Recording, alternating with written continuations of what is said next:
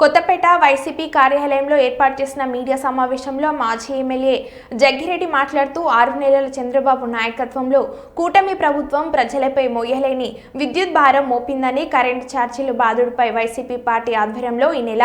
27న కోనసీమ జిల్లా వ్యాప్తంగా నియోజకవర్గ ప్రధాన కేంద్రాలలో వైసీపీ పోరుబాట నిరసన కార్యక్రమాన్ని చేపట్టి విద్యుత్ కార్యాలయాల్లో వినతి పత్రం అందజేస్తున్నామని, ఎన్నికలకు ముందు నారా చంద్రబాబు నాయుడు రాష్ట్రంలో అనేక ప్రాంతాలు పర్యటిస్తూ ప్రభుత్వం ఏర్పడిన తర్వాత విద్యుత్ ఛార్జీలు పెంచమని, రైతులకు 9 గంటల విద్యుత్తు, గృహ అవసరాలకు 24 గంటలు నాణ్యమైన విద్యుత్తు అంతరాయం లేకుండా అందిస్తామని, విద్యుత్ ఛార్జీలు పెంచమని, సంపద సృష్టిస్తామని చెప్తే ప్రజలు అనుభవమైన నాయకుడిని నమ్మి అధికారం ఇస్తే ప్రజలను మోసం చేస్తూ 15,454 కోట్ల భారాన్ని కరెంటు ఛార్జీల రూపంలో మోపుతున్నారని అన్నారు. కరెంటు ఛార్జీల బాధుడు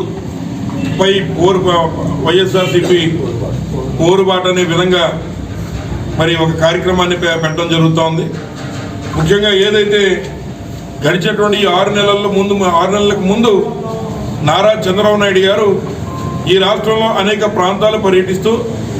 ఎక్కడా కూడా కరెంటు ఛార్జీలు పెంచమని, అలాగే